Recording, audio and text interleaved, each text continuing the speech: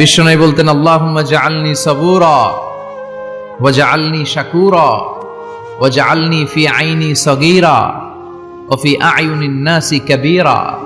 হে আল্লাহ, আপনি আমাদের ধৈর্যশীল বানান। আমাদের ধৈর্য নাই, অল্পে আমরা অস্থির। আছে না নাই?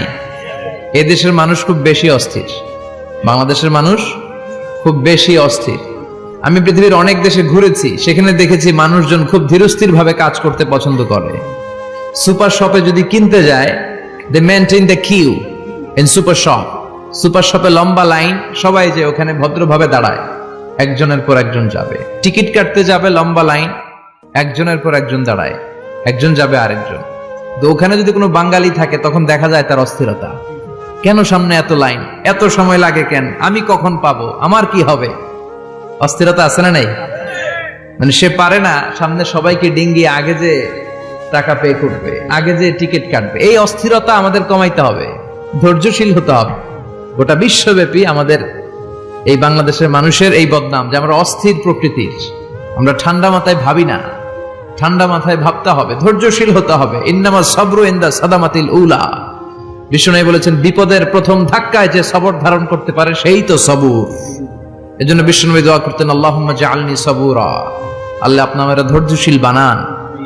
ওয়া জাআলনি শাকুরা, আপনি আমার শুকরগুজার বান্দা বানান। বিশ্বনবীর চেয়ে ধৈর্যশীল, বিশ্বনবীর চেয়ে শুকরগুজার পৃথিবীর কেউ আছে? কথা বলেন। এমন তাবৎ কোনো অত্যাচার নাই যে অত্যাচার বিশ্বনবীর উপর করা হয় নাই। বিশ্বনবী মক্কার জামিনে যখন দাওয়াত দিতে লাগলেন, ওনারে পাগল বলা হতো। বলা হতো তুমি পাগল, বলা হতো মুহাম্মদ একটা কবি, বলা হতো মুহাম্মদ হচ্ছে গণক। বিশ্বনবী যখন রুকু দিতেন, সিজদায় চলে যেতেন, উটের পচা নারী ভুরি এনে বিশ্বনবীর কাঁধে ফেলে রাখা হতো। বিশ্বনবীর গলার মধ্যে রশি ধরে টান দেয়া হতো। কয়েকবার বিশ্বনবীর এই ঘাড়ের এই চামড়া ছিঁড়ে গিয়েছে, একবার চাদর টান দেওয়ার কারণে, আরেকবার রশি টান দেওয়ার কারণে। বিশ্বনবী কিছুই বলেন নাই, ক্ষমা করে দিয়েছেন। যেই মক্কার শত্রুরা বিশ্বনবীকে মক্কা থেকে বিতাড়িত করেছেন, এবং যেই রাতে উনি হিজরত করলেন, মাইগ্রেট করলেন, উনি কেঁদে কেঁদে বারবার মক্কার দিকে ফিরে তাকায়, আবার যায়, আবার ফিরে তাকায়। মাতৃভূমির মায়া ছাড়তে পারছেন না, আর বলছিলেন, মাক্কা তো আহাব্বুল বিলাদ ইলাইয়া, মক্কা আমার কাছে সবচেয়ে প্রিয় শহর। লাউলা উখরিজতু লামা খরাজতু মিনহা, আমার যদি বের করে না দেয়া হতো এই শহর থেকে, আমি কোনোদিন এই শহর থেকে বেরোতাম না। এত ভালোবাসতেন বিশ্বনবী মাক্কাতুল মুকাররমাকে। ধৈর্যশীল ছিলেন। এত অত্যাচার অনাচারের পরে যখন মক্কা বিজয়ের ক্ষণ আসলো, এই মক্কাকে বিশ্বনবীর করতলগত করে দিল কে? ফাতে মক্কা হলো। বিশ্বনবী চাইলে পিছে পিছে প্রতিটা কাফের মুশরিককে শেষ করে দিতে পারতেন, ঠিক কিনা? কিন্তু বিশ্বনবী বললেন, লা তাসরিবা আলাইকুমুল ইয়াউম ইযহাবু আনতুমুত তুলাকা। কোন রিভেঞ্জ চলবে না আজকে, কোনো প্রতিশোধ নাই। একেবারে বড় যুদ্ধাপরাধী যারা, মারাত্মক যারা অফেন্স করেছে, তাদেরকে শাস্তির আওতায় আনা হবে, বাকি সবাইকে আমি ক্ষমা করে দিলাম। In the long history of the world, there is no instance of magnanimity and forgiveness which was showed by our beloved Prophet Muhammad when all of his enemies laid under his feet and he forgave them one and all. পৃথিবীর গোটা পৃথিবীর ইতিহাসে এরকম নজির কোথাও পাওয়া যায় না, যাকে এত অত্যাচার করে বিতাড়িত করা হয়েছে, নির্বাসন দেয়া হয়েছে, হিজরতে বাধ্য করা হয়েছে। তিনি যখন ওই শহরকে আবার বিজয় করলেন, কাউকে আঘাত করলেন না, আগুন জ্বালিয়ে শহরটাকে জ্বালিয়ে দিলেন না, ওদের বংশকে নির্বংশ করলেন না, বরং মুচকে হেসে উনি বললেন, যাও ক্ষমা করে দিলাম। কি ধৈর্যশীল ছিলেন।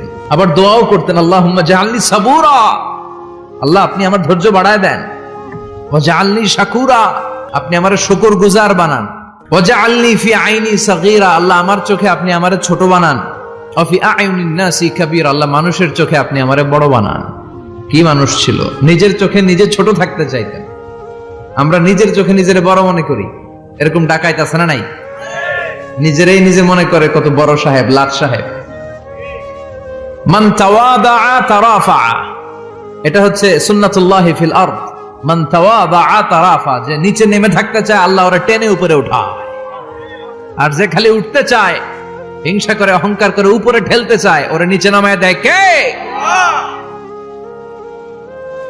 সাইয়েদনা আদমকে আল্লাহ বললেন, আদম সাল্লিম আলা উলাইকান নাফার লাম্মা খালাকাল্লাহু আদামা ওয়া কানা তুলহু 60 যিরাআন নিচে নেমে গেলে যে উপরে ওঠে, আর উপরে উঠতে চাইলে যে নিচে নামে। উদাহরণ দেখেন, আদম আলাইহিস সালামকে তৈরির পর আল্লাহ বললেন, আদম সাল্লিম আলা উলাইকান নাফার, এই ফেরেশতাদের সালাম দাও। কি দাও? সালাম দাও। কোনো প্রশ্ন নাই, আল্লাহ সালাম দিব কেন? ফেরেশতারা আমারে দিব না কেন? আমি আগে দিব কেন? কথা আছে কোনো? যেই সালাম দিলেন, সালাম দেওয়ার সাথে সাথে ওনার মর্যাদা বাড়িয়ে দিল কে? এত মর্যাদা বাড়ালেন যে নূরের ফেরেশতারা মাটির আদমকে সেজদা দিতে বাধ্য হয়েছে। চিৎকার করে বলেন ঠিক কিনা?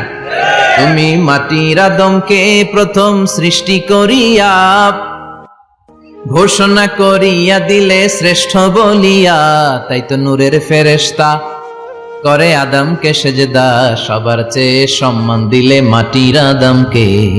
আল্লাহু আল্লাহু পড়েন, আল্লাহু আল্লাহু তুমি জাল্লে জালালুহু, শেষ করা তো যায় না গে তোমার গুণগান। আল্লাহু আল্লাহু সুবহানাল্লাহ পড়েন। কি সম্মান আল্লাহ বাড়াই দিলেন। আল্লাহ বললেন, আদম আজকে থেকে তুমি আশরাফুল মাখলুকাত, তুমি খলিফাতুল্লাহ ফিল আরদ, তুমি পৃথিবীতে আমার খলিফা, ভাইস জেরেন্ট অফ আল্লাহ। আল্লাহর খলিফা, আল্লাহর আহকামগুলো পালনের জন্য ভাইস জেরেন্ট। চুরি করলে হাত কেটে দাও, কার আইন? এই কাজ আদম তুমি দুনিয়াতে যেয়ে করবে। জিনা করলে ডেথ পেনাল্টি, হেড অফ, শিরচ্ছেদ করে দাও, কার আইন? খলিফা হিসেবে মানুষ এসে করবে। মানুষকে আল্লাহ আশরাফুল মাখলুকাত বানিয়ে দিলেন, নিচু হয়েছে বড় বানিয়ে দিলেন। আর শয়তানের অবস্থা কি? শয়তানকে আল্লাহ বললেন সেজদা দে আদমকে। শয়তান যুক্তি দাঁড় করিয়েছে, খলাকতাহু মিন তিন খলাকতানি মিন নার ওয়া খলাকতাহু মিন তিন। আল্লাহ আপনি আমারে বানাইছেন আগুন দিয়া। কি দিয়া? আগুনের ধর্ম উপরের দিকে ওঠে আর মাটির ধর্ম সে নিচে পড়ে থাকে, আমি কেন সেজদা দেব? শয়তানকে চিরকালের জন্য ইবলিস মালউন, অভিশপ্ত আর জাহান্নামী হিসেবে ঘোষণা দিয়ে দিল কে? এজন্য আপনি ছোট থাকতে চাইবেন, আপনারে বড় বানাবে কে? আর আপনি নিজে যদি বলেন আমি বড়, থাপ্পড় মেরে আপনারে নিচে নামাই দিবে কে? এজন্য বিশ্বনবী দোয়ায় বলতেন, আল্লাহুম্মা জাআলনি সাবুরা ওয়াজআলনি শাকুরা ওয়াজআলনি ফি আইনি সাগীরা ওয়া ফি আ'য়ুনিন নাসি কাবীরা। ও আল্লাহ, আপনি আমারে ধৈর্যশীল বানান, আপনি আমারে শুকরগুজার বান্দা বানান, আমার চোখে আমারে আপনি ছোট বানান, মানুষের চোখে আপনি আমারে বড় বানান। সুবহানাল্লাহ পড়েন। এজন্য সবসময় শুকর গুজার থাকার চেষ্টা করতে হবে। রাজি আছেন তো? যে কোনো মুহূর্তে, যে কোনো পরিস্থিতিতে আমরা শুকরিয়া করব কার? চিল্লায় বলেন কার? আমরা যেন বেশি বেশি আল্লাহ তাআলার শুকরিয়া আদায় করতে পারি। আল্লাহ তুমি তৌফিক দাও। সবাই পড়ি আমিন। বিশ্বনবী যখন 15 কিংবা 20 বয়স, কোন বর্ণনায় এসেছে 15, কোন বর্ণনায় 20, তখন তিনি একটা ছাত্র সংগঠন করেছিলেন, ইয়াং স্টারদের একটা অর্গানাইজেশন করেছিলেন। ওটার নাম তিনি দিয়েছিলেন হালাফুল ফুদুল। হালাফুল ফুদুল, ওইটারই আমরা বাংলায় কি বলি? হেলফুল ফুজুল। হালাফ মানে শপথ, oath, we take an oath in the name of Allah. আল্লাহর নামে শপথ নেয়ারে বলে হালাফ। আর ফাদিলা, ফাদলুন, এগুলোর প্লুরাল হচ্ছে ফুদুল। ফুদুল মানে ভালো কাজ। ভালো ভালো কাজের উপর বিশ্বনবী যুবকদেরকে একত্রিত করলেন যে মক্কা শহরে কোনো টেন্ডারবাজি চলবে না, কোনো চাঁদাবাজি চলবে না, দুর্বলের উপর সবলের অত্যাচার চলবে না, জালিমের জুলুম চলবে না, হত্যা চলবে না, ধর্ষণ চলবে না, রাহাজানি চলবে না। মক্কা শহরটারে শান্তির শহর বানাতে হবে। যুবকরা এই দায়িত্ব কাঁধে নিয়েছে। কারা? মুরব্বীরা না, যুবকরা। যুবকদের আছে প্রাণ ঢালা উচ্ছ্বাস, অনেক শক্তি। এজন্য যুবকদেরকে ভালো কাজে আসতে হবে। যুবকরা চাইলে এই দেশের চেহারা পাল্টে দিতে পারে। এদেশে যুবক ভোটার আছে কয়জন জানেন? নতুন করে যুবক ভোটার হয়েছে 2 কোটি। কয় কোটি? 2 কোটি না? Can you imagine that? কল্পনা করতে পারেন? They can change Bangladesh, they can change the face of Bangladesh. তারা 56,000 বর্গ মাইলের এই বাংলাদেশের চেহারা পাল্টে দিতে পারে। তাদের অনেক শক্তি। এই জন্য যুবকদের এই শক্তি কাজে লাগাতে হবে। ফেন্সিডিল, গাঁজা, ইয়াবা, হিন্দি সিনেমা, এগুলোর পিছনে দৌড়ানো যাবে, পর্নোগ্রাফির পিছনে ছোটা যাবে। যুবক বয়সে ভয় করতে হবে কারে? চিল্লায় বলেন কাকে? আল্লাহ আমার যুবক ভাইদেরকে তুমি তৌফিক দাও। বিশ্বনবী এই হালাফুল ফুদুল তিনি গঠন করলেন মক্কাতুল মুকাররমাতে। পুরো মক্কা শহরটা শান্তির শহর হয়ে গেল। সুবহানাল্লাহ। আউয়ালু মা ইউহাসাবু বিহিল আবদু ইয়াউমাল কিয়ামাতি আস-সালাহ। কিয়ামতের দিন সর্বপ্রথম হিসেব নেওয়া হবে নামাজের, সালাতের। সালাত চিনেন তো? কুরবানির গোশত খাওয়ার মাঝখানে যেটা খায় ওটা। হ্যাঁ, এটারে বাংলায় আমরা নামাজ বলি, কি বলি? নামাজ। বিশ্বনবী ইন্তেকাল করবেন, রুহু বের হয়ে যাচ্ছে, 2-3টা শব্দ বললেন, এর মধ্যে একটা ছিল সালাত। আর সালাত, উম্মতেরা নামাজ, নামাজ, নামাজ ছেড়ে দিও না। ওয়া মালাকাত আইমানুহুম। মানুষ ইন্তেকালের আগে শ্বাস বের হয়ে যাচ্ছে, রুহু চলে যাচ্ছে, ওই মুহূর্তে কি জরুরি কথা বলে নাকি ফালতু কথা বলে? সবচেয়ে জরুরি কথাটাই তখন সে বলে যায়, ঠিক কিনা? কথা বলেন। বিষ্ণু বলেছিলেন নামাজ। ওমরে ফারুক, ওনার কাছে আবু লুলু আল মাজুসি, এক অগ্নি উপাসক এসে বিচার দিল, ইয়া ওমর আল ফারুক, আমার মনিবের নাম হচ্ছে মুগীরা ইবনে শুবা, সে প্রতিদিন 4 দিরহাম করে আমার কাছে চার্জ করে। এত টাকা চার্জ করে কেন? উনি জিজ্ঞেস করলেন, তুমি কি কাম পারো? আমি খঞ্জর বানাইতে পারি। খঞ্জর চিনেন? ছোট্ট ছুরি আরবরা পকেটে রাখে। ওমানের সুলতান কাবুসের ছবি দেখবেন, এখানে একটা খঞ্জর আছে। আমি খঞ্জর বানাইতে পারি। খঞ্জর বানাতে পারো? মদিনায় তো কেউ বানাতে পারে না, তুমি খঞ্জর বানাইতে পারো? তুমি তো অনেক টাকার মানুষ মিয়া, তোমার মনিব তো অল্প টাকায় চার্জ করছে, এটা দিতেই হবে। আবু লুলু কয়, ওমর তুমি সবার জন্য এত নরম, আমার জন্য গরম, তোমার আমি বুঝাবো। সে বাড়িতে যে একটা খঞ্জর বানালো, মাকবাদাতুহু ফি ওয়াসাতিহি, যে খঞ্জরের হ্যান্ডেল হচ্ছে মাঝখানে, 2 দিকে ধারালো ছুরি। এটার ধার দেয়, আর কয়, ওমর তোরে আমি বুঝাবো। প্রতিদিন ধার দেয়। সাইয়েদনা ওমরে ফারুক মসজিদে নববীর ইমাম, ওয়া কানু ইউসাল্লুনা বিগালাস, তখন ওনারা অন্ধকারে নামাজ পড়তেন আউয়াল ওয়াক্তে। আমরা তো দেরি করে পড়ি, সুন্নাহ অনুযায়ী আগে আগে পড়া ভালো। আপনি মসজিদুল হারামে গেলে দেখবেন যে কত আগে ফজর পড়ে, ফজরের 1-1.5 ঘন্টা পরে সূর্য ওঠে, ঠিক কিনা? তো সে একবার ছদ্মবেশে ফজরের সময় প্রথম কাতারে যে হাজির, আসলে কিন্তু মাজুসি, সূর্যের পূজা করে। খঞ্জরটা নিয়ে এসে দাঁড়ালেন। ওমরে ফারুক ফজরের সময় ঢুকলেন, বললেন আকিমিস সালাহ, একামত দাও। একামত দেয়া হলো। ওমরে ফারুক আল্লাহু আকবার বলে অন্ধকারে ফজরের সালাত শুরু করলেন। প্রথম রাকাত যখন পড়ে ফেললেন, রুকুতে যাবে, ইন দা মিন টাইম সে খঞ্জর বের করে ওমরে ফারুককে 3টা স্টেবিং করেছে। একটা নাভিতে মারার সাথে সাথে নাভিটা কেটে গেল, আর একটা এই পাশে পাজরে, আর একটা পেটের মাঝখানে, পেটও কেটে গেল। ওমরে ফারুক বললেন, কাতালানি আল কালব, এক কুকুর আমারে মেরে ফেলেছে। ওমরে ফারুককে পিছনে নিয়ে যাওয়া হলো। আব্দুর রহমান ইবনে আউফকে টেনে ইমামতির জায়গায় নেওয়া হলো। আর সে কাতারের মাঝখান দিয়ে খঞ্জর ঘুরাতে ঘুরাতে আগাতে লাগলো। ওর খঞ্জরের আঘাতে 7 থেকে 8 জন সাহাবী স্পট ডেথ, জায়গায় শেষ। ওমরে ফারুক বেহুশ। ওমরে ফারুক, ওনার মুখে দুধ দেয়, দুধ ওই নাভি দিয়ে বের হয়ে যায়। নাভিজ দেয়, নাভিজ পেট দিয়ে বের হয়ে যায়। রাষ্ট্রীয় চিকিৎসকরা বুঝতে পারলো উনি আর বাঁচবে না, বেহুশ। সবাই দাঁড়িয়ে আছে। কি হয় আমাদের আমিরুল মুমিনিনের? 10টি বছর তিনি অর্ধ পৃথিবীর শাসন করেছেন, উনার ভয়ে বাঘে মহিষে এক ঘাটে পানি খেত। হুশ ফেরার পরে ওমরে ফারুক বলেন, আমারে মারছে কে? আমার কি অবস্থা, বাঁচবো কিনা? আমার ছেলে আব্দুল্লাহ কোথায়? আব্দুর রহমান কোথায়? আমার বিবিরা কোথায়? কত সম্পদ আমার আছে, কোথায় গেলে ভালো চিকিৎসা পাওয়া যাবে? কিচ্ছু সে বলে না। হুশ ফিরার পরে ওমরে ফারুকের প্রথম প্রশ্নটা ছিল, আসল্লান্নাস, আসল্লান্নাস, আমার দায়িত্বে, আমার নেতৃত্বে যে ফজরের একটা নামাজ শুরু হয়েছিল, এটা কি ঠিক মতো শেষ হয়েছিল? আসল্লান্নাস, মানুষের নামাজটা পড়ছিল, 1 রাকাতের দায়িত্ব পালন করতে পেরেছে, এরপর হুশ নাই। বাকি 1 রাকাতের কি হয়েছে? মুসল্লিদের কি হয়েছে? সালাতটা ওয়াক্ত মতো হয়েছে কিনা? আসল্লান নাস, এটা ছিল ওমরে ফারুকের প্রশ্ন। সুবহানাল্লাহ কইবেন না? তাহলে এই সালাতের গুরুত্ব আছে না নাই? সর্বপ্রথম এই সালাতের ব্যাপারে in the day of judgement আমাদেরকে প্রশ্ন করবে কে? সালাতে কায়েম করো, সালাতে কায়েম করো, হবে সম্মানী তুমি, হবে জান্নাতি তুমি, হবে সম্মানী তুমি, হবে জান্নাতি তুমি, দিবে কাল হাসরে শীতল ছায়া আরশে আজিম, রব্বিয়াল আলা, রব্বিয়াল আযীম, রব্বিয়াল আলা, রব্বিয়াল আযীম। সুবহানাল্লাহ পড়েন। এজন্য নামাজ, নামাজ, এই নামাজ যাতে মিস হয়ে না যায়। সব মিস হতে পারে, নামাজ মিস হতে পারে না। আল্লাহ তুমি বুঝার তৌফিক দান করো, আমিন। আমি আপনাদের খেদমতে সূরাত আত-তাহরীম থেকে ছোট্ট একটি আয়াতের অংশ তেলাওয়াত করেছি, যেখানে আল্লাহ তাআলা আমাদেরকে আহ্বান জানিয়েছে, ওহে বিশ্বাসীরা, পাপ হতে পারে, ভুল হতে পারে, অন্যায় হতে পারে, ওই অন্যায়ের উপর অটল থেকো না, আমার কাছে ফিরে আসো। কাম টু ইউর লর্ড, তোমার রবের দরবারে ফিরে আসো, ক্ষমার মতো ক্ষমা চাও, ক্ষমার মতো ক্ষমা চাইলে আমি সব ক্ষমা করে দেব। সুবহানাল্লাহ পড়েন। রব্বুল আলামিন বলেন, ইয়া আইয়ুহাল্লাযীনা আমানু তুবু ইলাল্লাহি তাওবাতান নাসুহা।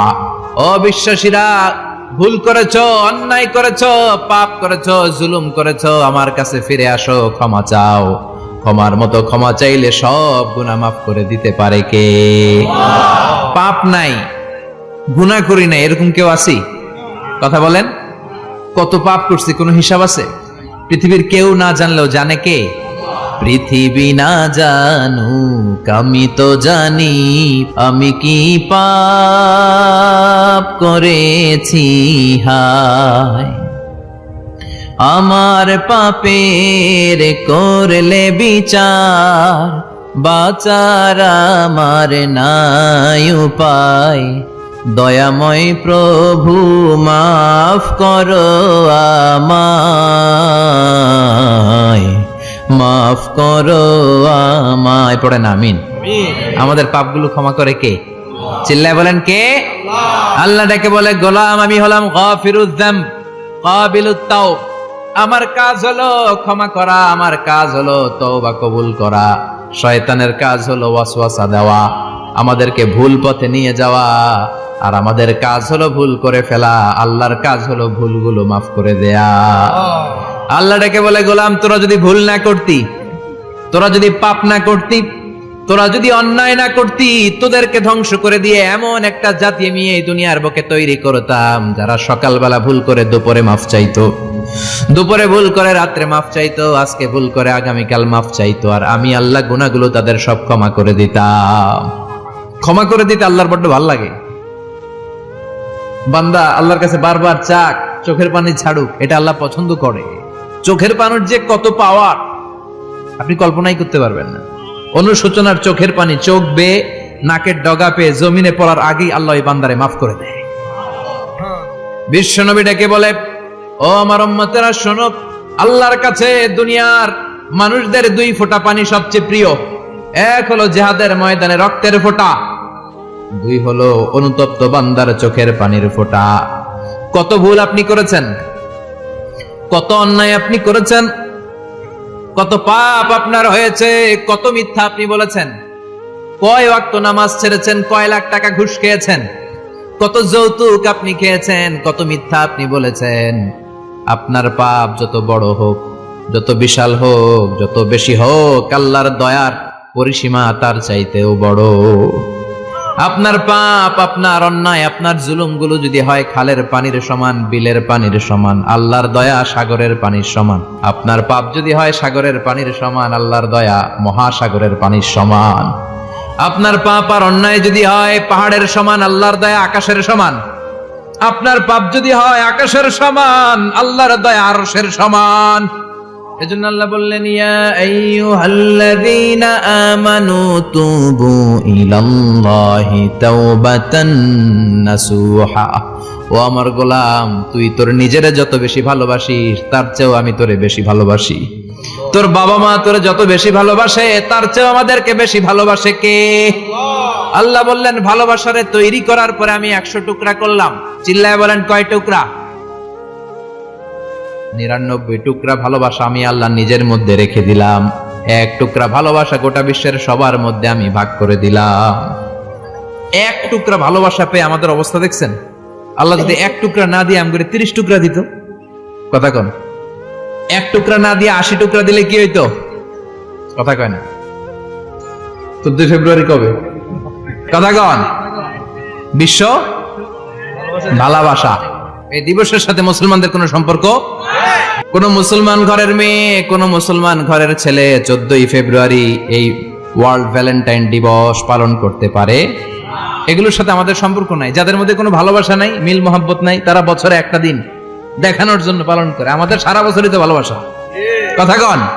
রাসূল আমার ভালোবাসা, রাসূল আমার আলো আশা, রাসূল আমার প্রেম বিরহের মূল আলোচনা, রাসূল আমার কাজে কর্মের অনুপ্রেরণা। ঠিক কিনা?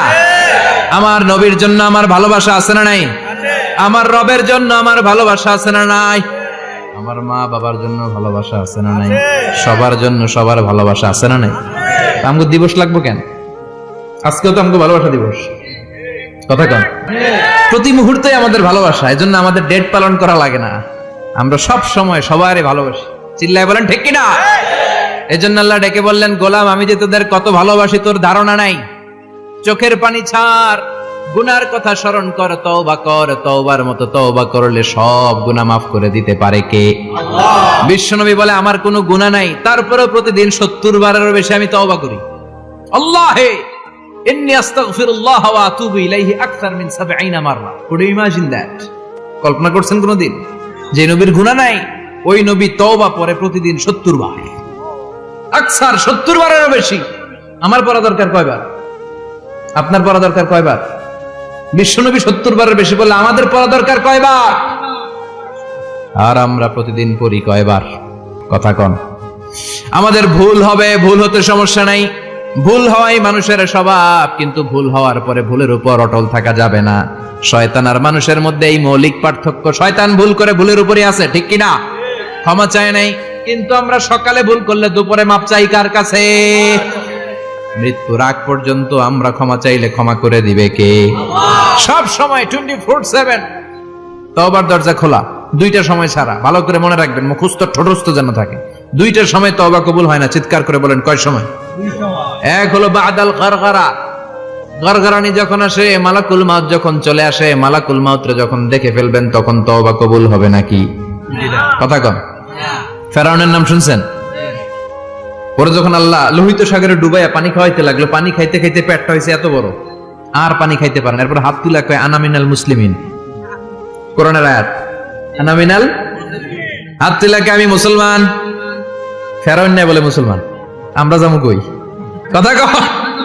ফেরাউন হাত তুলা কয় আনা মিনাল মুসলিমিন। আল্লাহ কয় টাইম ইজ আপ, দেরি করছস, অনেক সময় দিলাম, অনেক সুস্থ রেখেছি, ক্ষমতা দিয়েছি, দাপট দিয়েছি, তখন যদি ঘাটটা নত করে, মাথাটা নত করে একবার ক্ষমা চাইতি, ফেরাউন তোরেও ক্ষমা করে দিতাম।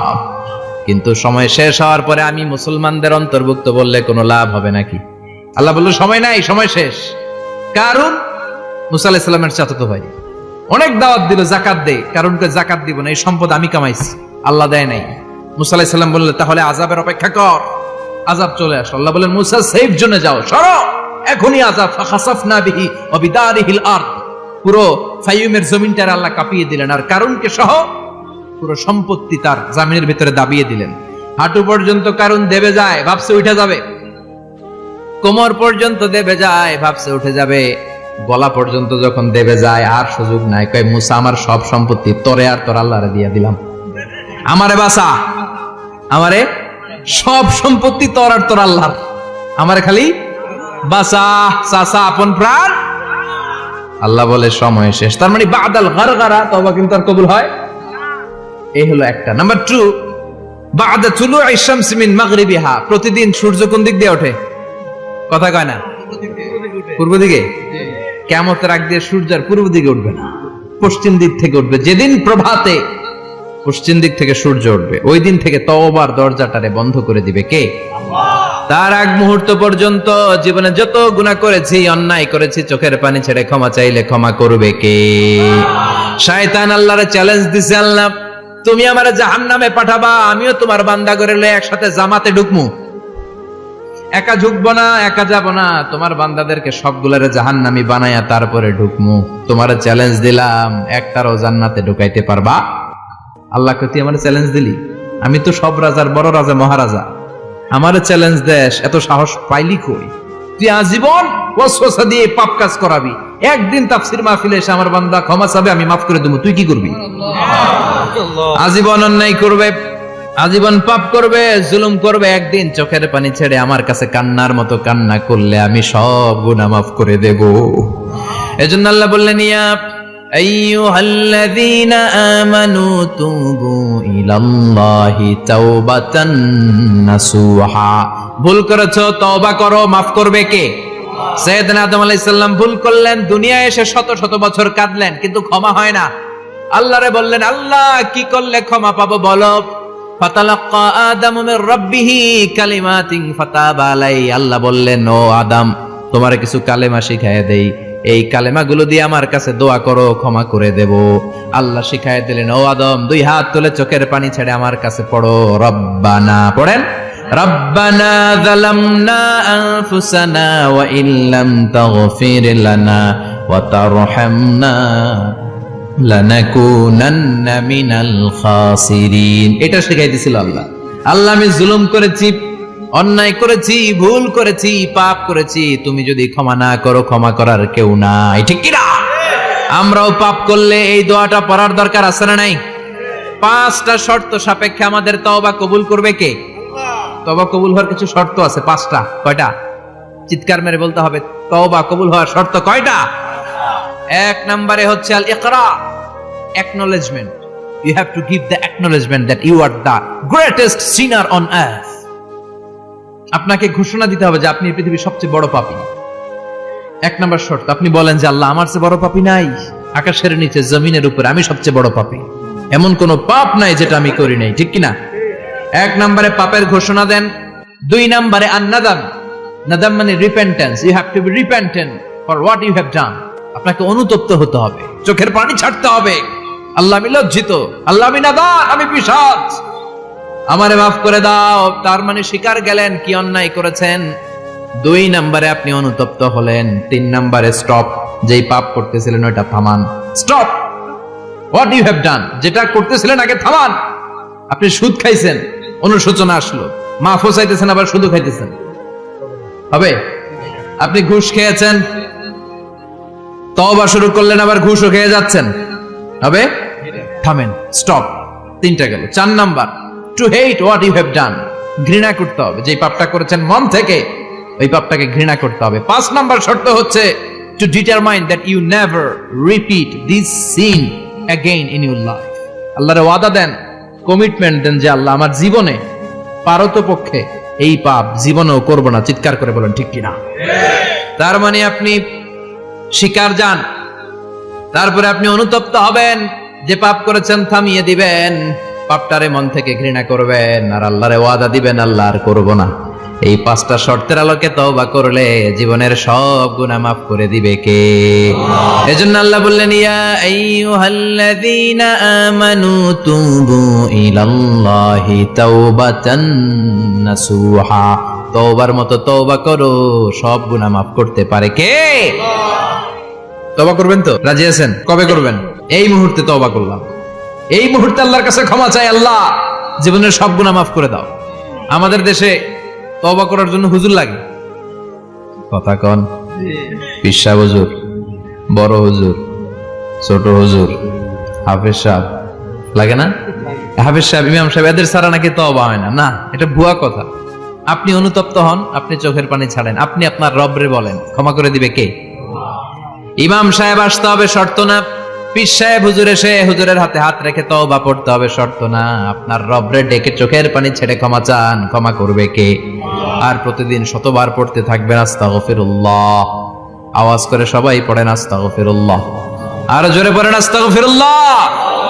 বিশ্বনবী বলেন, মান লাজিমাল ইস্তিগফার জাআলাল্লাহু লাহু মিন কুল্লি দিকিন মাখরাজা। সব সময় ইস্তিগফারের সাথে যে লেগে থাকবে, রব্বুল আলামিন তারে 5টা জিনিস দিবে। কয়টা? কথা কন, আরো জোরে সবাই বলেন, কয়টা? নাম্বার 1, জাআলাল্লাহু লাহু মিন কুল্লি দিকিন মাখরাজা। বিপদে পড়লে বিপদ থেকে উদ্ধার করবে কে? আমাদের তো কোনো বিপদ নাই না? আছে।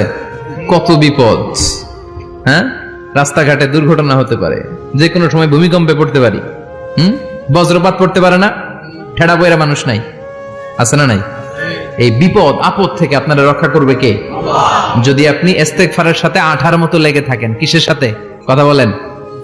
ইস্তেগফারের সাথে লেগে থাকতে পারলে 1 নাম্বার হচ্ছে বিপদে পড়লে আপনারে মুক্ত করে দিবে কে? 2 নাম্বার, ওয়ামিন কুল্লি হাম্মিন ফারাজা। যে কোনো ধরনের টেনশন, হাইপার টেনশন থেকে বাঁচায় দিবে কে? আমাদের তো টেনশন মেনশন নাই না? আছে। লাইফ নিয়ে টেনশন, বাঁচার টেনশন, মরার টেনশন, ক্যারিয়ারের টেনশন, রাস্তাঘাটে যানজট এটার টেনশন, পুলিশের দৌড়ানি, র্যাবের দৌড়ানি, বাড়ির ভাড়া, গ্যাস বিল, বিদ্যুৎ বিল, ছেলে মেয়েদের লেখাপড়া, কত টেনশন। এই সব টেনশন থেকে আপনারে মুক্ত করে দিবে কে? 3 নম্বরে ওয়ারযুকহু মিন হাইসু লা ইয়াহতাসিব, এমন জায়গা থেকে আল্লাহ আপনার রিজিকের ব্যবস্থা করবে আপনি কল্পনাই করতে পারবেন না। সুবহানাল্লাহ পড়েন। 4 নম্বরে সবসময় ইস্তেগফার যদি পড়া হয় আল্লাহর কোনো আযাব ওই বান্দার উপরে আসে না। ওমা কানাল্লাহু মুআযযিবাহুম ওয়া হুম ইস্তাগফিরুন।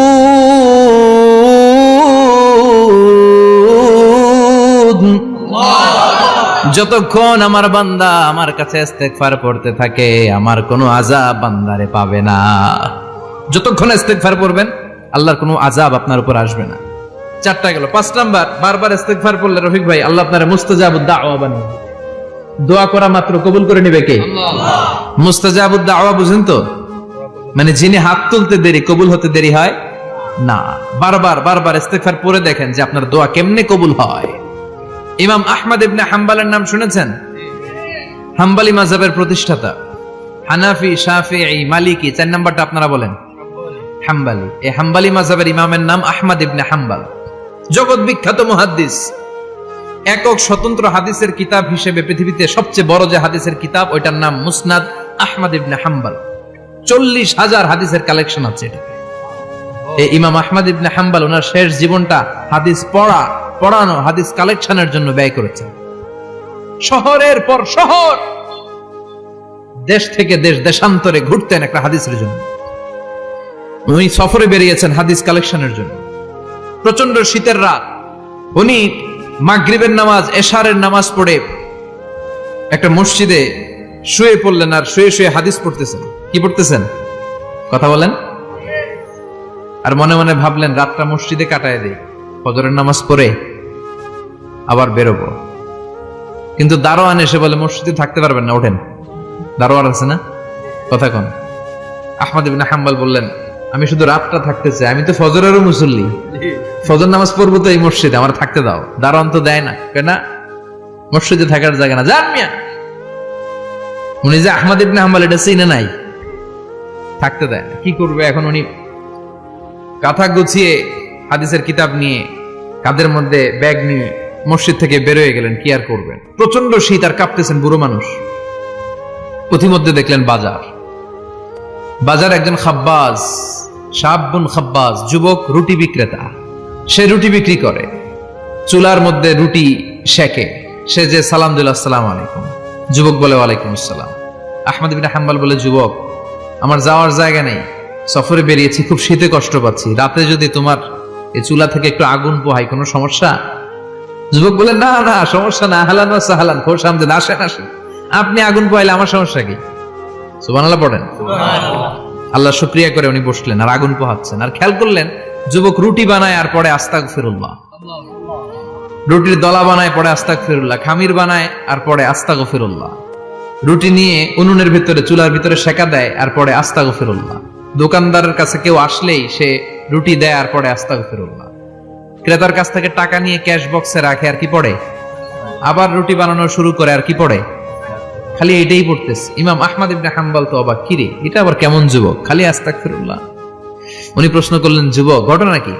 আসার পর থেকেই তোমার দেখতেছি তুমি রুটি বানাও, রুটি বিক্রি করো আর পড়ো আস্তাগফিরুল্লাহ, মালাকা ইয়া শাবাব।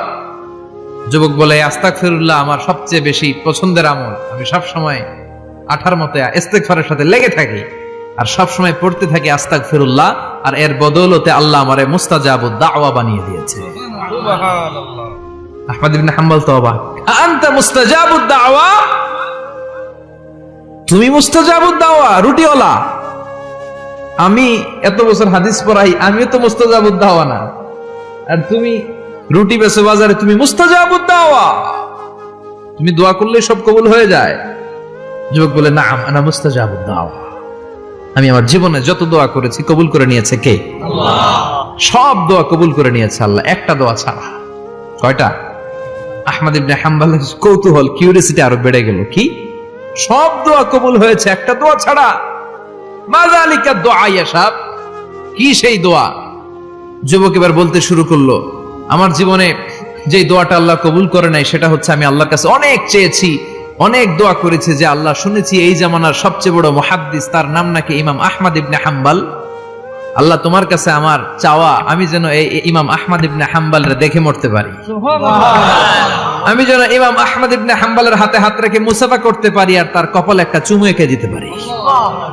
আহমদ ইবনে হাম্বল আবেগপ্রবণ হয়ে গেলেন, চোখের পানি ছেড়ে দিলেন, বললেন, যুবক, তোমার এই দোয়াটাও কবুল হয়ে গিয়েছে। আহমদ ইবনে হাম্বলের দেখার সাক্ষাৎ পাওয়ার জন্য আহমদ ইবনে হাম্বলের বাড়িতে তোমার যাওয়ার দরকার নাই, আহমদ ইবনে হাম্বল তোমার দরবারে ছুটে এসেছে। আনা আহমদ ইবনে হাম্বল মুহাদ্দিসুদ দাহর, আমি নিজেই আহমদ ইবনে হাম্বল। যুবক চোখের পানি ছেড়ে দেয়, আহমদ ইবনে হাম্বল চোখের পানি ছেড়ে দেয়।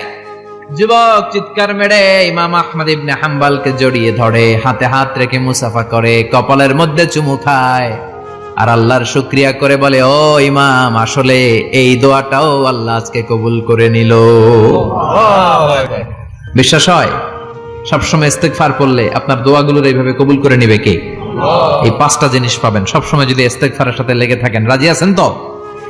এজন্য বিশ্বনবী সব সময় নামাজে সালাম ফিরানোর পরে পড়তেন আস্তাগফিরুল্লাহ। কি পড়তেন? তিনবার পড়তেন আস্তাগফিরুল্লাহ, আস্তাগফিরুল্লাহ, আস্তাগফিরুল্লাহ। পড়তে রাজি আছেন? ইস্তেগফারের অনেকগুলো আলফাজ আছে, সবচেয়ে ছোট ইস্তেগফার হচ্ছে এটা, আস্তাগফিরুল্লাহ, আস্তাগফিরুল্লাহ। আরো আছে আস্তাগফিরুল্লাহ আল্লাযী লা ইলাহা ইল্লা হুয়াল হাইয়ুল কাইয়্যুম আতুবু ইলাইহি। বিশ্বনবী বলেন, এই ইস্তেগফারটা যদি কেউ পড়ে, আত-তাওয়াল্লি মিন ইয়াউমিজ যাহাফ, যুদ্ধের ময়দান থেকে পালিয়ে আসা কবিরা গুনাহ। কি গুনাহ?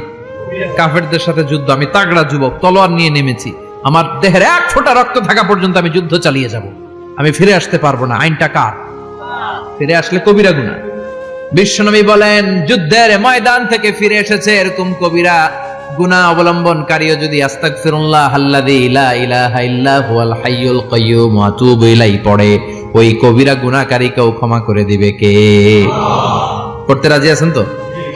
আবার সাইয়েদনা আবু বকর বললেন, ইয়া রাসূলুল্লাহ আল্লিমনি দুআআন আদউ বিহি ফি সালাতি, এমন দোয়া আপনি আমারে শিক্ষা দেন যে এই দোয়াটা আমি নামাজে পড়তে পারি। বিশ্বনবী বললেন, পড়ো, আল্লাহুম্মা ইন্নী যালামতু নাফসি যুলমান কাসীরান ওয়া লা ইয়াগফিরুয যুনুবা ইল্লা আনতা ফাগফিরলি মাগফিরাতাম মিন ইনদিক ইন্নাকা আনতাল গফুরুর রহিম। সুবহানাল্লাহ পড়েন। এটাও ইস্তেগফার। আমরা এটার বলে দোয়া মাসুরা, সালাম ফেরানোর আগে পড়ি না? যেখানেই ক্ষমা চাওয়ার কথা আছে ওইটারই কি বলে? ইস্তেগফার। আল্লাহুম্মা ইন্নী যালামতু নাফসি, আল্লাহ জুলুম করেছি, যুলমান কাসীরা, অনেক জুলুম, ওয়ালা ইয়াগফিরুয যুনুবা ইল্লা আনতা, তুমি ছাড়া এই গুনাহ ক্ষমা করার তো কেউ নাই, ফাগফিরলি মাগফিরাতাম মিন ইনদিক, তোমার দয়ায় আমারে ক্ষমা করে দাও, ইন্নাকা আনতাল গফুরুর রহিম, তুমি হলা ক্ষমাশীল। ঠিক কি না? এটাও ইস্তেগফার, এটাও পড়বেন। আর এই সব ইস্তেগফারের শ্রেষ্ঠ ইস্তেগফারের নাম সাইয়্যিদুল ইস্তেগফার। যত ইস্তেগফার হতে পারে এর মধ্যে সবচেয়ে শ্রেষ্ঠতম ইস্তেগফার নাম কি? সাইয়্যিদুল ইস্তেগফার। কথা কন। বুখারীর বর্ণনা, শাদ্দাদ ইবনে আউস রাদিয়াল্লাহু তাআলা আনহু বর্ণনা করেন, এই সাইয়্যিদুল ইস্তেগফার দিনের বেলা যে পড়বে ওই দিনে মারা গেলে সে জান্নাতি।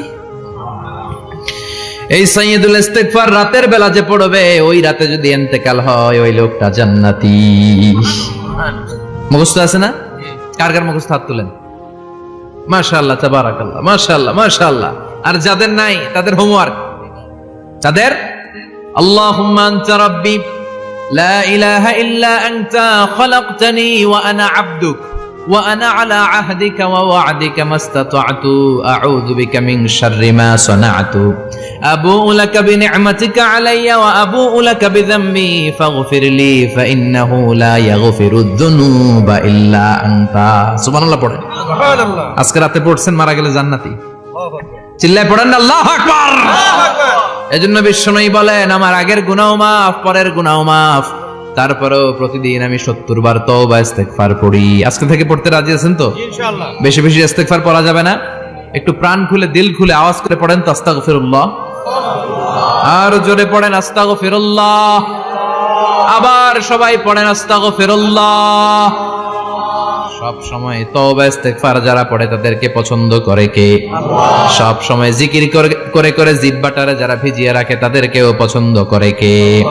আল্লাহ বলেন ওয়াজকুর রাব্বাকা ফি নাফসিকা তাদাররুআন ওয়া খীফাতান ওয়া দুনাল জাহরি মিনাল কওলি বিল গুদুবি ওয়াল আসাল ওয়ালা তাকুম মিনাল গাফিলিন। সুবহানাল্লাহ পড়েন।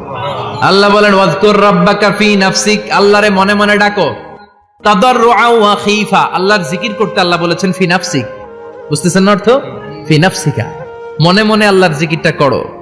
তাদাররুআন ওয়া খীফা, তাদাররুআন মানে বিনয়ের সাথে, with full of humility, submission and humbleness, বিনয়ের সাথে আল্লাহরে ডাকো। ওয়া খীফা, গোপনে গোপনে ডাকো। দুনাল জাহারি মিনাল কওল, চিৎকার চেঁচামেচি করে ডেকো না। কার কথা? আওয়াজ করে জিকির করো না। এই যে আমরা মাহফিলে লা ইলাহা ইল্লাল্লাহ জিকির করে, এটা তালিমান। উদ্দেশ্য কি? তালিমের জন্য আওয়াজ করে জিকির জায়েজ আছে, কিন্তু ব্যক্তিগত জিকিরের যে ইবাদতটা, এটা আস্তে আস্তে হইতে হবে, এটা ভদ্রভাবে হতে হবে, চিল্লাচিল্লি করে নয়। আবার তালিমের জিকির ওইটাও ভদ্রভাবে। ইন্নাল্লাহা জামিল ইউহিব্বুল জামাল, আমার আল্লাহ সুন্দর, আমার আল্লাহর জিকিরের মধ্যেও সৌন্দর্য আছে না নাই? কিন্তু এদেশে জিকিরের ভেতরে লাফালাফি আছে না নাই? বেশি না কম? কি বসেন বসেন, হ্যাঁ বসে যান তো, অনেক ধরনের আছে জিকির। হ্যাঁ বসেন বসেন, বসে যান। হ্যাঁ হাইবার আলী, এটা কি আবার জালালি? তো এই যে ইন্নাল্লাহা জামিল ইউহিব্বুল জামাল, আমার আল্লাহ সুন্দর, আমার আল্লাহর জিকিরের মধ্যেও সৌন্দর্য আছে না নাই? তালিমের উদ্দেশ্যে সবাই মিলে জিকির করা যায়, কিন্তু চিল্লাফাল্লা করা যাবে না, লাফালাফি করা যাবে না, মাথা ডানে বায়ে ঝোলানো যাবে না, ঠিক কি না? কিন্তু লাফালাফির জিকির আছে না নাই? লাফাইতে লাফাইতে, হ্যাঁ গাছের আগায় বাঁশের আগায়। আবার যিনি জিকির পরিচালনা করে ওনার কান্দে যাই ওঠে, আছে না নাই? বিশ্বনবী সাহাবাদের নিয়ে জিকির করছেন, সাহাবারা লাফাতে লাফাতে খেজুর গাছের আগায়। হাদিসে আছে না এটা? বিশ্বনবী সাহাবাদেরকে নিয়ে জিকির করছেন, লাফাতে লাফাতে আবু বকর বিশ্বনবীর কান্দের উপরে। আছে হাদিসে আছে? এটা জিকির নয়। কি সুন্দর দেখেন, ইসলাম বোঝা কত সহজ। ওয়াজকুর রাব্বাকা ফি নাফসিকা তাদাররুআন ওয়া খীফা, গোপনে জিকির করো, ভদ্রতার সাথে বিনয়ের সাথে জিকির করো। ওয়ালা তাকুম মিনাল গাফিলিন, দুনাল জাহারি মিনাল কওল, চিৎকার চেঁচামেচি করে জিকির করো না। যারা চিকফাল দিয়ে হই হই হই হই করে, আছে না? হই হই হই হই হই হইয়ের ভিতরে আল্লাহর নাম আছে। হ্যাঁ এই যে হুই হাই হুই হাই, এই স্টাইলের যে জিকির, এটার ভিতরে আমার আল্লাহর নাম আছে? আল্লাহর নাম যদি না থাকে ওইটা জিকির হবে? কথা বলেন।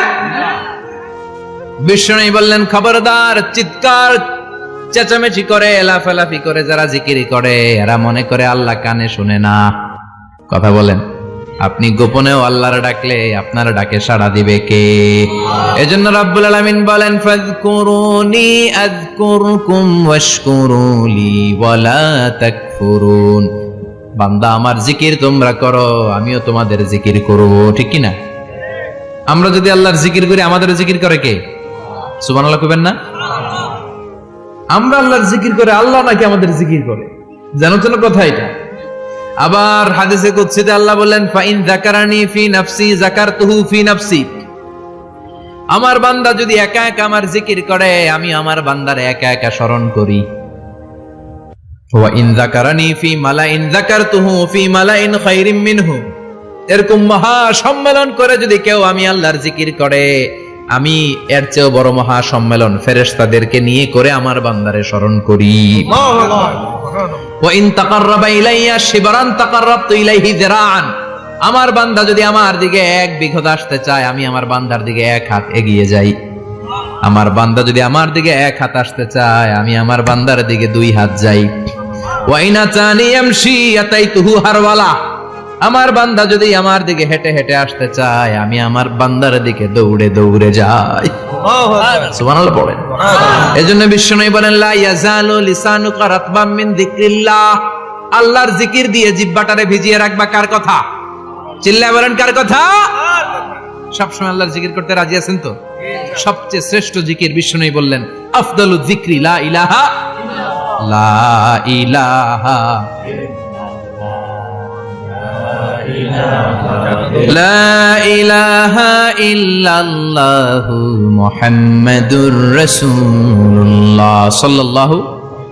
সবচাইতে শ্রেষ্ঠ জিকির লা ইলাহা, এর চেয়ে শ্রেষ্ঠ জিকির আছে? কথা বলেন।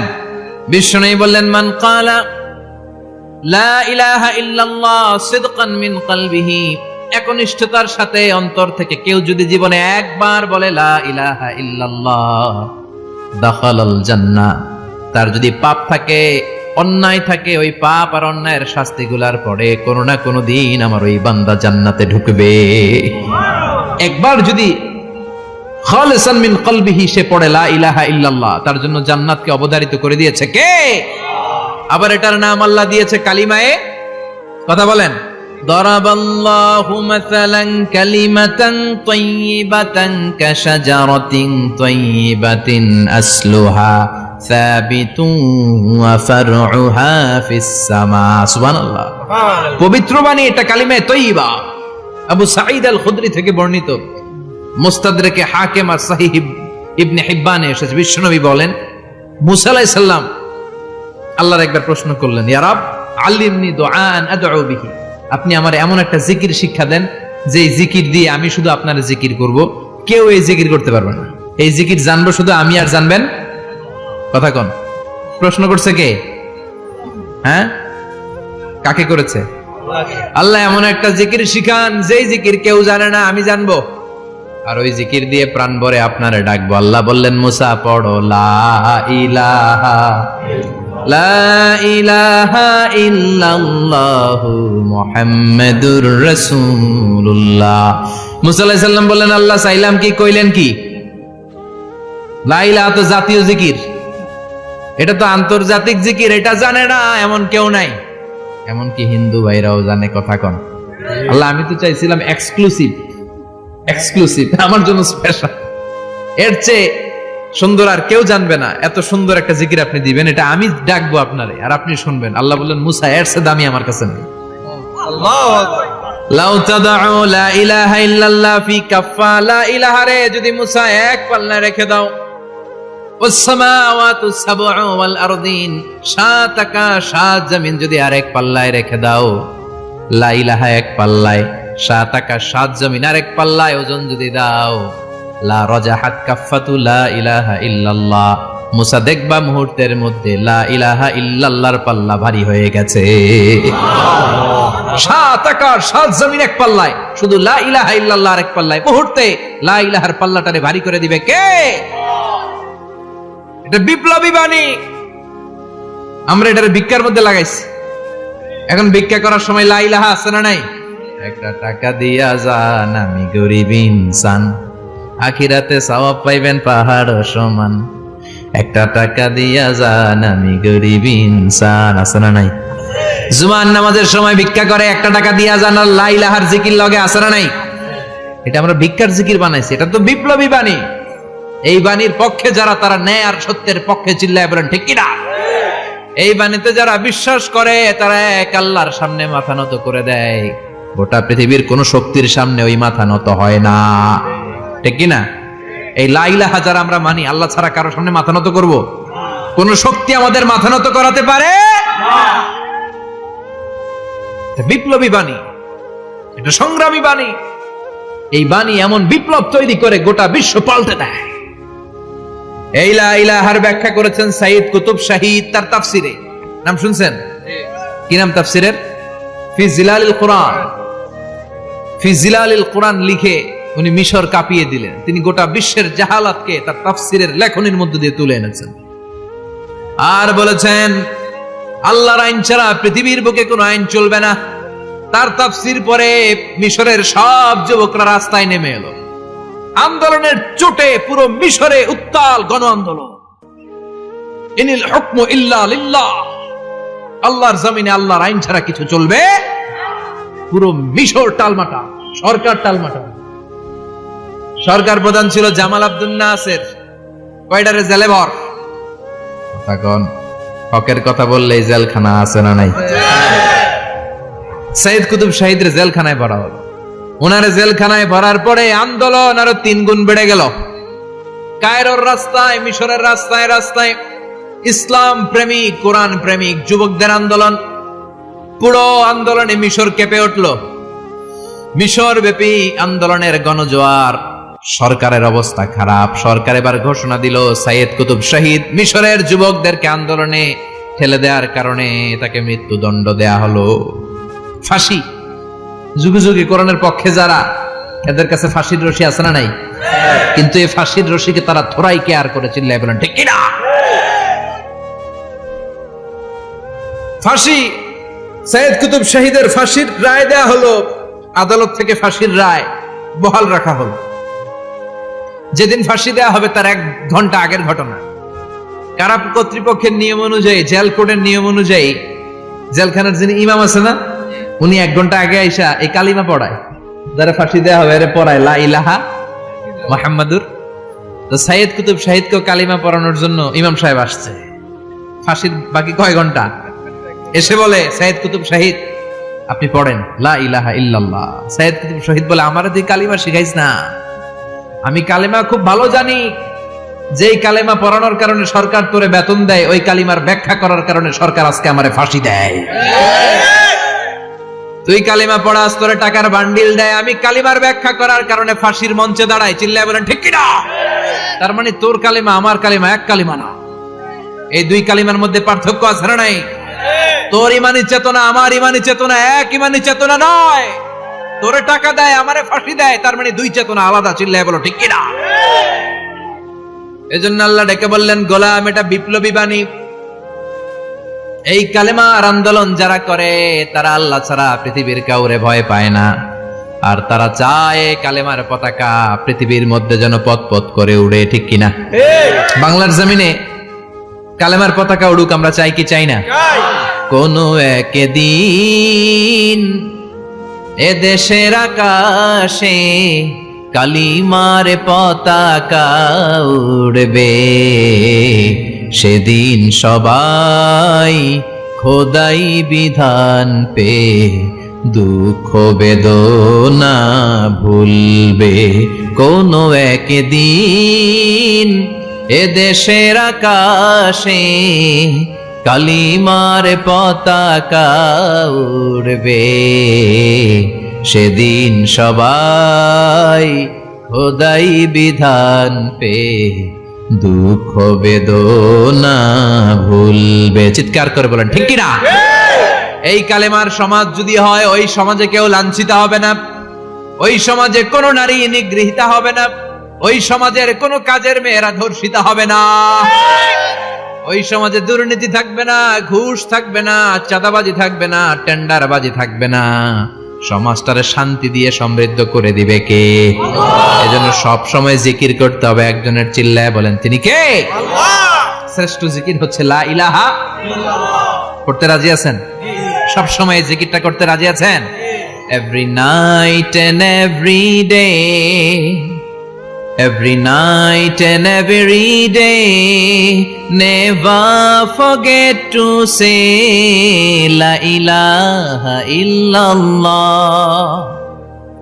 Never forget to say la ilaha illallah. পড়েন every night and every day, every night and every day, never forget to say la ilaha illallah. Never forget to say la ilaha illallah. Never forget to say la ilaha illallah. When you're walking down the street, use your time and repeat and say in every heartbeat la ilaha illallah. When you're walking down the street, use your time and repeat and say in every heartbeat la ilaha illallah. Every night and every day, every night and every day. Never forget to say La ilaha illallah. চিল্লায় বলেন ঠিক কি না? দিনে রাতে যে কোনো মুহূর্তে আমাদের জিহ্বার মধ্যে থাকবে কি? কথা বলেন, জিহ্বায় থাকবে কি? এজন্য বিশ্বনবী বললেন আফদালুয যিকরি লা ইলাহা ইল্লাল্লাহ, আল্লাহর কাছে সবচাইতে প্রিয় জিকির হলো লা ইলাহা ইল্লাল্লাহ। আবার বিশ্বনবী বললেন আহাব্বুল কালামে ইলাল্লাহি আরবাআ, আল্লাহর কাছে সবচাইতে প্রিয় কথা হলো চারটা। কয়টা? সুবহানাল্লাহ, আলহামদুলিল্লাহ, লা ইলাহা ইল্লাল্লাহ। সুবহানাল্লাহ,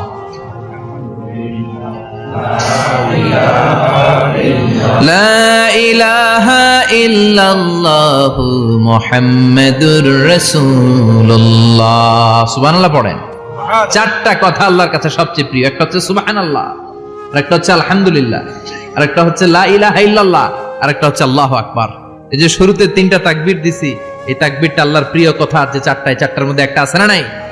আওয়াজ করে পড়েন আল্লাহু আকবার। সবচেয়ে প্রিয় আল্লাহর কাছে এই চারটা কথা। লা ইয়াদুররুকা বিআইয়িহিন্না বাদাতা, বিষ্ণু বললেন এই চারটার যেটা দিয়ে শুরু করতে মন চায় করো, কোনো সমস্যা নেই। সুবহানাল্লাহ পড়েন।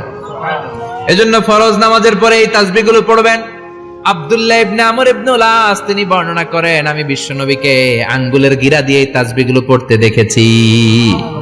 রাআইতুন নাবিয়্যা সাল্লাল্লাহু আলাইহি ওয়াসাল্লাম ইয়াকিদু তাসবিহা বিয়ামিনি, আমি বিশ্বনবীর ডান হাতের আঙ্গুলের গিরায় এই তাসবিহগুলোকে পড়তে দেখেছি। পড়তে রাজি আছেন? ডান হাত তোলেন, এই আঙ্গুলের করের মধ্যে এইভাবে রাখেন, এইভাবে রেখে নামাজের পরেই সুবহানাল্লাহ আলহামদুলিল্লাহ পড়তে রাজি আছেন? সুবহানাল্লাহ 33 বার, আলহামদুলিল্লাহ 33 বার, আল্লাহু আকবার 33 বার। পড়তে রাজি আছেন সবাই? আল্লাহ তুমি কবুল করো। ফরজ সালাতের পরে আমরা মুনাজাত দেওয়ার জন্য পাগল হয়ে যাই। আসসালামু আলাইকুম ওয়া রাহমাতুল্লাহ, আসসালামু আলাইকুম ওয়া রাহমাতুল্লাহ, আমিন ইয়া আরহামার রাহিমিন। আসনা নাই? কিন্তু বিশ্বনবী সালাম ফেরানোর পরে সর্বপ্রথম যে আওয়াজটা করতেন সেটা হচ্ছে আল্লাহু আকবার। এরপর 3 বার পড়তেন আস্তাগফিরুল্লাহ, আস্তাগফিরুল্লাহ, আস্তাগফিরুল্লাহ। এরপর আয়াতুল কুরসি একবার। কয়বার? মান ক্বারা আয়াতুল কুরসি দুবুরা কুল্লি সালাতিন মাকতুবা লাম ইয়ামনাহু মিন দুখুলিল জান্নাতি ইল্লাল মাউত। প্রত্যেক ফরজ সালাতের পরে যে একবার আয়াতুল কুরসি পড়ে তার জান্নাতে ঢোকার ক্ষেত্রে আর কোনো বাধা থাকে না, একটা জিনিস ছাড়া, সেটা হচ্ছে মরণ। লোকটা মরে না তাই জান্নাতে যায় না, মরলেই জান্নাতি। সুবহানাল্লাহ, আল্লাহু আকবার। এরপরে 33 বার সুবহানাল্লাহ, 33 বার আলহামদুলিল্লাহ, 33 বার আল্লাহু আকবার। সবশেষে মিলাবেন লা ইলাহা ইল্লাল্লাহ ওয়াহদাহু লা শারীকা লা লাহুল মুলকু ওয়া লাহুল হামদু ওয়া হুয়া আলা কুল্লি শাইইন কাদির। এরপরে পড়তেন আল্লাহুম্মা আনতাস সালাম ওয়া মিনকাস সালাম তাবারাকতা ইয়া যাল জালালি ওয়াল ইকরাম। এরপরে পড়তেন আল্লাহুম্মা লা মানিআ লিমা আ'তাইতা ওয়া লা মু'তিয়া লিমা মানা'তা ওয়া লা ইয়ানফা'ু যাল জাদ্দি মিনকাল জাদ। এরপরে পড়তেন আল্লাহুম্মা ইন্না নাসআলুকাল হুদা ওয়াত তুকা ওয়াল আফাফা ওয়াল গিনা। এরপরে পড়তেন আল্লাহুম্মা আ'ইন্না আলা যিকরিকা ওয়া শুকরিকা ওয়া হুসনি ইবাদাতিক। সুবহানাল্লাহ পড়েন। কত তাসবিহ, কত দোয়া। আবার ফজরের সময় পড়তেন আল্লাহুম্মা বিকা আসবাহনা ওয়া বিকা আমসাইনা ওয়া বিকা নাহইয়া ওয়া বিকা নামুতু ওয়া ইলাইকান নুশুর। সুবহানাল্লাহ পড়েন। এগুলো পড়ে না? আল্লাহুম্মা আমিন ইয়া আরহামার রাহিমিন। কত বড় ডাকাত। ফরজ সালাতের পরে তাসবিহগুলো পড়বেন। কথা বলেন, পড়তে রাজি আছেন সবাই? আর তাসবিহ শেষ হলে দোয়া করেন, সমস্যা নাই। দোয়া করতে হবে কার কাছে? বিশ্বনবী বললেন না, দোয়া মুখুল ইবাদা, দোয়া হলো ইবাদতের নির্যাস। যার দোয়া নাই ওর কিচ্ছু নাই। দোয়া করেন নাই তো নামাজে কাজ হবে না, দোয়া করেন নাই রোজায় কাজ হবে না। কথা কোন? আর দোয়া মুখুল ইবাদা, দোয়া হচ্ছে ইবাদতের নির্যাস। আবার তিরমিজির বর্ণনায় বললেন আর দোয়া হুয়াল ইবাদা, দোয়াটাই নাকি ইবাদত। দোয়াটা ইটসেলফ, এইটাই ইবাদত। নামাজ যেমনি ইবাদত, রোজা যেমনি ইবাদত, হাত তুলে যে দোয়া করলেন এইটাও ইবাদত। সুবহানাল্লাহ পড়েন। এটা মুমিনের ওয়েপন, সিলাহুল মুমিন। সাপ্লিকেশন, দোয়ার ইংরেজিতে বলে সাপ্লিকেশন। সাপ্লিকেশন is the weapon of believers. এটা বিশ্বাসীদের অস্ত্র। সবকিছুর কারামতি যেখানে শেষ, দোয়ার কারামতি ওইখানে। এরকম অনেক শুনবেন ক্যান্সারে আক্রান্ত, দুরারোগ্য ব্যাধি, বাংলাদেশের চিকিৎসা শেষ, ইন্ডিয়া গেছে, কয় বাঁচবো 3 মাস। কয় মাস? এরপরে 7 বছর বাইসা ছিল। কেমনে বাঁচলো? কেমনে? দোয়া। দোয়ার পাওয়ার আছে না নাই? তবে দোয়াটা দোয়ার মতো হতে হবে। সিনসিয়ার দোয়া ইজ লাইক এ মিসাইল। একনিষ্ঠ দোয়া এটা মিসাইলের মতো। মিসাইল হামলা করলে ইঞ্চি ইঞ্চি যেখানে মিসাইল বোমাটা পড়ার কথা ঠিক ওখানে পড়বে। ড্রোন হামলা করলে ঠিক ওখানে, ব্যালিস্টিক ক্ষেপণাস্ত্র নিক্ষেপ করলে লক্ষ্য বস্তু যেমনি ভিত করে, তেমনি দোয়ার মতো দোয়া করলে মুহূর্তেই দোয়া কবুল হয়ে যায়। আমরা দোয়ার মতো দোয়া করতে জানি না, কেমন করে দোয়া করতে হয় আমাদের জানা নাই, এজন্য দোয়াও কবুল হয় না। চিল্লায় কোন ঠিক কিনা? কিন্তু আল্লাহ ওয়াদা দিয়েছেন, উজিবু দাওয়াতাদ দাঈ ইযা, আমার বান্দা দোয়া করলে আমি দোয়া কবুল করি, আমার বান্দা চাওয়া মাত্রই আমি কবুল করে নেই। সুবহানাল্লাহ পড়েন। যত দোয়া আপনি করেছেন সব কবুল, সব, অল অফ ইউর দুআস আর অ্যাকসেপ্টেড, সব কবুল হইছে আল্লাহর কসম। অনেকে বলবে হুজুর এটা আবার কি কইলেন, এতক্ষণ তো ভালোই কইতেছিলেন, সব দোয়া আবার কবুল হয় কেমনে? আমি তো জীবনে কত কিছু চাইলাম, কত কিছু তো পাই নাই। আছেন এরকম অনেকে, অনেক পেরেশান, আফসোস করে হুজুর চাইলাম আল্লাহ দিল না। 4টা মাইয়া, এবার কাবা ধইরা চাই আইছি পোলার কথা, এটাও হইছে মাইয়া। আছে না নাই? 5টা ছেলে হইছে, মেয়ের জন্য বুকটা হাহাকার। হজে যে আরাফাতের ময়দানে চেয়ে আসলাম, এইবারও হইছে আর একটা পোলা। আছে না নাই? কত কিছু চাইলাম, পাইলাম না, হুজুর দিল না আল্লাহ, বলে না? আপনার সব দোয়া কবুল, তবে কবুল হওয়ার 3টা সিস্টেম আছে। কয়টা? কয়টা? আপনি যত দোয়া করছেন সব কবুল, কারণ আল্লাহর কাছে কিছু চাইলে আল্লাহ ফিরাইয়া দিতে জানে না। সুবহানাল্লাহ কোন? চাওয়া মাত্রই আল্লাহ বলে অ্যাকসেপ্টেড, যা কবুল, দিব দিব না এটা বলতে জানে না, চাওয়া মাত্রই বলে দিব। 3 সিস্টেম। নাম্বার 1, আপনি আল্লাহর কাছে দোয়া করলেন, চাইলেন, আল্লাহ বলে দিব, বলেই তিনি দিয়ে দেন আর আপনি খুশি হয়ে যান, পেয়ে গেলেন। নাম্বার 2, আপনি আল্লাহর কাছে দোয়া করলেন, চাইলেন, তখনও আল্লাহ বলে দিব, তবে এখন না, সবুর, একটু পরে দিব। কখন দিলে আমার জন্য ভালো, আমার চেয়েও ভালো জানে কে? পরে দিবে। নাম্বার 3, চাইলেন, দোয়া করলেন, আল্লাহ তখনও বলে দেব, তবে এখনো না, পরেও না, কিয়ামতের দিন যেদিন বিপদে পড়বে ওই দিন দেব। যেদিন তোর বাবা তোরে চিনবে না, তোর মা তোরে চিনবে না, বন্ধু বন্ধুরে চিনবে না, পীর সাহেব মুরিদরে চিনবে না, মুরিদ পীর সাহেবরে চিনবে না, ইমাম সাহেব মুসল্লিরে চিনবে না, মুসল্লি ইমাম সাহেবরে চিনবে না, কেউ কাউরে চিনবে না। ওই কঠিন দিনে তোরে আমি বাঁচাইয়া দেব। তাই দোয়া যা করছেন ছোটবেলা থেকে আজকে পর্যন্ত, লস হয়েছে না লাভ? লস না লাভ? এজন্য বেশি বেশি দোয়া করার দরকার আছে না নাই? জীবনে যদি কোনো নেক আমল থাকে, ওই নেক আমল দিয়ে যদি আল্লাহর কাছে দোয়া করেন, দোয়া কবুল করে নিবে কে? তবে নেক আমলটা হইতে হবে শুধুমাত্র আল্লাহর সন্তুষ্টির জন্য। প্রত্যেকের জীবনেই কিছু আমল আছে যেটা লোক দেখানো করে, আছে না নাই? আবার কিছু আমল আছে আল্লাহরে খুশি করার জন্য করে, আছে না নাই? কথা বুঝতে পেরেছেন? রাত্রিবেলা যাচ্ছেন, কেউ নাই, রাস্তায় হঠাৎ দেখলেন মসজিদ, পাশে লেখা বড় করে দান বাক্স, পকেট থেকে কচকচে 1000 টাকার নোটটা ওইখানে ঢেলে দিলেন দান বাক্সের ভিতরে। কেউ দেখে নাই, দেখছে কে? আল্লাহ। এটা পৃথিবীর কাউরে দেখানোর জন্য দিছিলেন? এই দানটা আল্লাহর কাছে প্রিয়। গোপন দান আল্লাহর রাগকে কমিয়ে দেয়। সুবহানাল্লাহ বলেন। আল্লাকা সিররুন ইনদাল্লাহ বাইনাকা আনতা ওয়া বাইনাল্লাহ, আল্লাকা সাদাকাতুন তাখফা লা ইয়ালামুহা ইল্লাল্লাহ, আল্লাকা সিররুন ইনদাল্লাহ বাইনাকা আনতা ওয়া বাইনাল্লাহ, আল্লাকা সাদাকাতুন তাখফা লা ইয়ালামুহা ইল্লাল্লাহ। সুবহানাল্লাহ বলেন। আল্লাকা সিররুন ইনদাল্লাহ, তোমার আর তোমার রবের মাঝে এমন কোন গোপন জিনিস আছে নাকি যেটা আল্লাহ ছাড়া কেউ জানে না? তোমার কোনদিন কোন গোপন দান আছে নাকি যেটা আল্লাহ ছাড়া কেউ দেখেনি? ওই দানটা আল্লাহর কাছে প্রিয়। চিল্লায় বলেন ঠিক কি না? এরকম কোন গোপন আমল দিয়ে যদি আপনি আল্লাহর কাছে ওসিলা করে দোয়া করেন, আল্লাহ ওই কঠিন বিপদের দিনে এই আমলটা করছিলাম শুধু তোমারে দেখানোর জন্য, এর ওসিলায় বাঁচাও, বাঁচাবে কে? আল্লাহ। বুখারীতে একটা হাদিস আছে, সালাসাতুন ফিল গার, বনি ইসরাইলের 3 লোক সফরে বেরিয়েছে, মরুভূমির সফর, মাঝখানে তুফান, কই যাবে, কই বাঁচবে, দৌড়াদৌড়ি শুরু। দৌড়াতে দৌড়াতে এক পাহাড়ের গুহার ভেতরে আশ্রয় নিয়েছে। গুহা চিনেন তো? পাহাড়ের গুহা। আশ্রয় নেয়ার সাথে সাথেই বৃষ্টির পানির ঝাপটায় পাহাড়ের উপর থেকে বিশাল এক পাথর খণ্ড এসে পাহাড়ের গুহার মুখটা বন্ধ করে দিয়েছে, বন্ধ, অন্ধকার। এরা পড়ছে বিপদে, হায় হায় বাঁচার জন্য ঢুকলাম, এখন দিই মরণ। ঢুকছিল কি জন্য? এখন মরণ। বিশাল পাথরের খণ্ড এসে গুহার রাস্তাটা বন্ধ করে দিয়েছে। তিনজন গায়ে যত শক্তি ছিল ধাক্কায়ও পাথর সরাইতে পারে না। হায় হায়, অক্সিজেন ভিতরে যা আছে আধা ঘন্টা শেষ হয়ে যাবে, কি করে বাঁচবো? বাঁচার উপায় নাই। চিল্লা ফাল্লা শুরু হয়ে গেল, কান্নাকাটি শুরু। একজন বলে, তোমাদের জীবনে কার কি নেক আমল আছে, যেই নেক আমলটা আল্লাহর ভয়ে করছিল ওইটার ওসিলা দিয়ে দোয়া করে দেখো কিছু হয় কিনা। সুবহানাল্লাহ কোন, এটাই উপায়।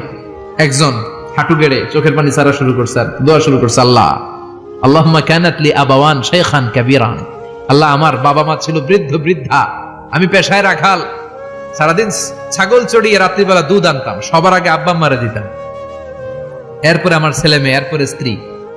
একদিন গভীর রাতে এসে দেখি আব্বা আম্মা ঘুমায়, দুধের বাটি নিয়ে আব্বা আম্মার মাথার সামনে দাঁড়িয়ে রইলাম। ছেলে মেয়েগুলো আব্বা এসে বলে, আব্বা দুধ দাও। আমি বললাম পরে, আগে আব্বা আম্মা খাবে তারপরে তোরা। ছেলে মেয়েগুলো কান্না জুড়ে দিল, আমি দেই নাই। ফজর পর্যন্ত দাঁড়িয়ে রইলাম। ফজরের আগ দিয়ে আব্বা আম্মা ঘুম থেকে উঠে দেখে তো আমার অবাক, কিরে বাবা দাঁড়িয়ে কেন? বললাম প্রতিদিন দুধ খেয়ে ঘুমাও, আজকে আগে আগে ঘুমিয়েছো, দুধ খাও নাই, তোমাদেরকে আগে দিব বলে দাঁড়িয়ে রইলাম।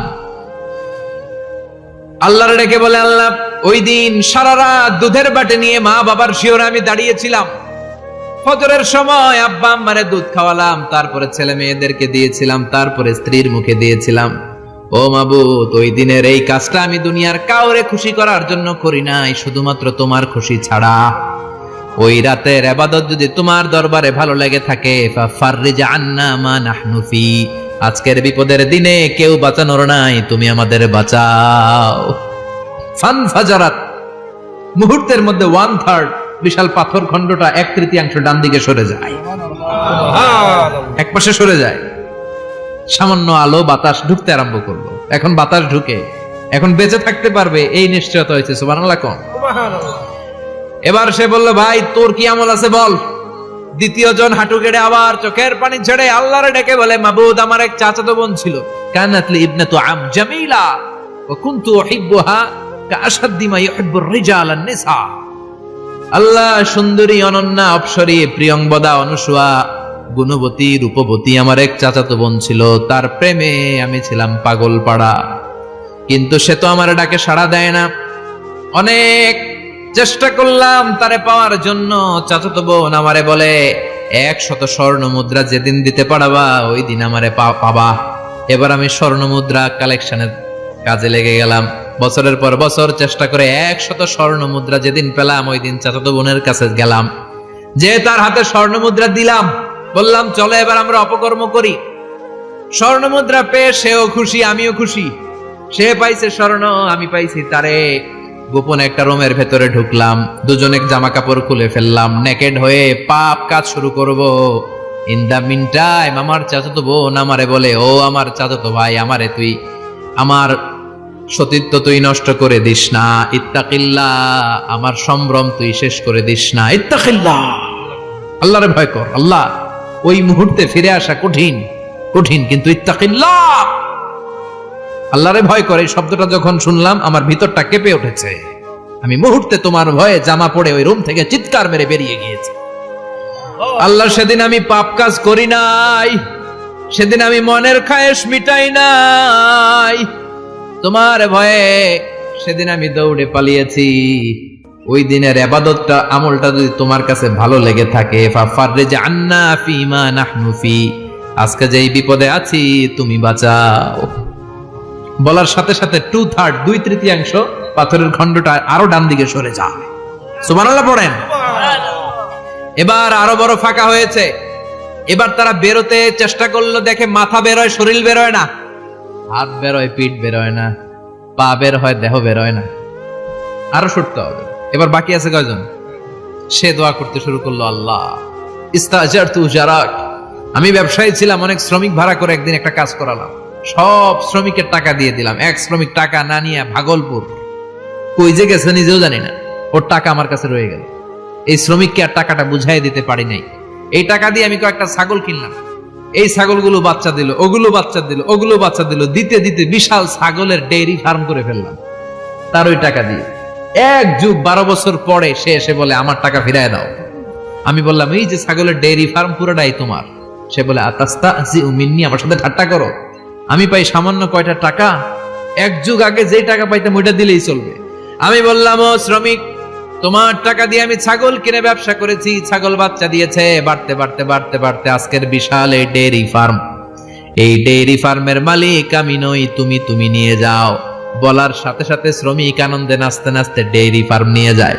ও আল্লাহ, ওই দিন যদি সে যতটুকু টাকা পাওনা ছিল অতটুকু দিলেই সে খুশি হয়ে যেত। শুধু তোমার খুশির জন্য পুরো ডেইরি ফার্ম আমি তারে দিয়ে দিয়েছিলাম। আল্লাহু আকবার। আল্লাহ, আজকের এই বিপদের দিনে আমার সেদিনের আমলটা যদি তোমার কাছে ভালো লাগে তুমি বাঁচাও। বলতে দেরি, মুহূর্তের মধ্যে বিশাল প্রকাণ্ড পাথর খণ্ডটা অন্যদিকে দৌড়ে চলে যায়। পাহাড়ের গুহা ওপেন, পাথর খণ্ড নাই।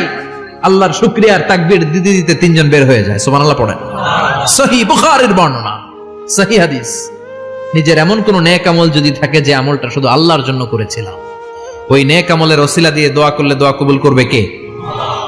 করতে রাজি আছেন তো? প্রতিদিন 100 বার তাওবা ইস্তেগফার পড়তে রাজি আছেন?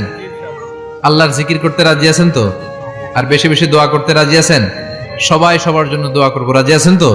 আল্লাহ আমাদের সবাইকে কথাগুলো বুঝার ও আমল করার তৌফিক দান করুক। আমরা পড়ি আমিন। আরো জোরে পড়েন আমিন। যতগুলো কথা বললাম কোরআন সুন্নাহর আলোকে বলেছি, বানিয়ে কিছু বলি নাই। তারপরে আমার মনের অজান্তে কোনো মিস ইনফরমেশন যদি আমার মুখ ফসকে বেরিয়ে যায়, সেগুলো যেন আল্লাহ তাআলা আমাদের স্মৃতিপট থেকে মুছে দেয়। আমরা সবাই পড়ি আমিন। আর সত্য, সুন্দর, কল্যাণকর, হকের পক্ষে যা বললাম তার সবগুলো প্রথমে আমাকে এবং আপনাদের সবাইকে আমলের তৌফিক